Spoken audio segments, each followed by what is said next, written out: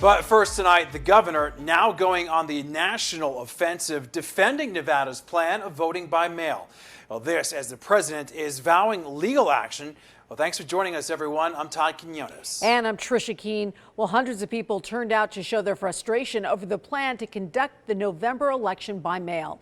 Let's get right to 13 Action News reporter Joe Bartel's live near the Strip with the details on how this will work. Joe. Todd, Tricia, there's certainly a lot of confusion on how this will all pan out, really. Many of the president's supporters say that this is likely an attempt to steal the election on the part of Democrats. Nevada authorities say that is simply not true, and voting by mail is safe and secure. In the sweltering summer sun, hundreds of the president's supporters showed up in Las Vegas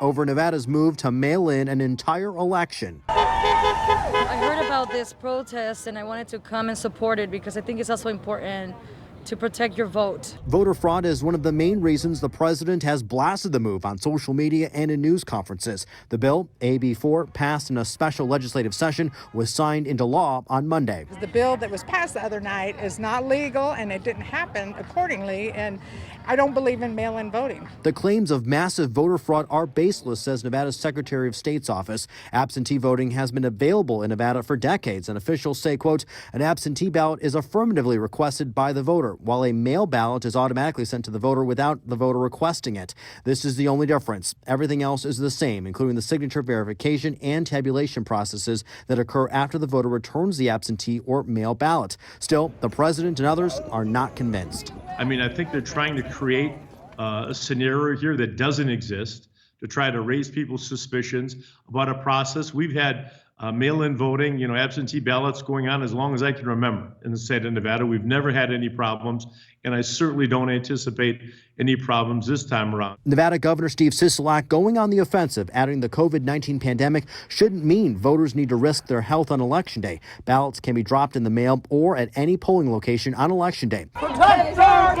Opponents to the plan say the safety message doesn't add up. I do have a problem with that because we can go to Walmart, Home Depot, all the big box stores, Sam's Club, everything. We're neck to neck with people, and it's okay. And all the protesters go out there, and it's okay. That doesn't spread COVID. So they don't worry about, in my opinion, safety's not worried about in those big things. So AB 4 allows for people to also collect your ballots and also drop them in the mail or to drop them off at a polling location on Election Day. There will be polling locations open for in-person voting on Election Day if you so choose, but you may face a felony charge if you attempt to vote twice, that is by mail and also in person. And it's also important to update your voter registration right now. You can do that on our website. All the details posted with this story on ktnv.com. Reporting live, Joe Bartels, 13 Action News.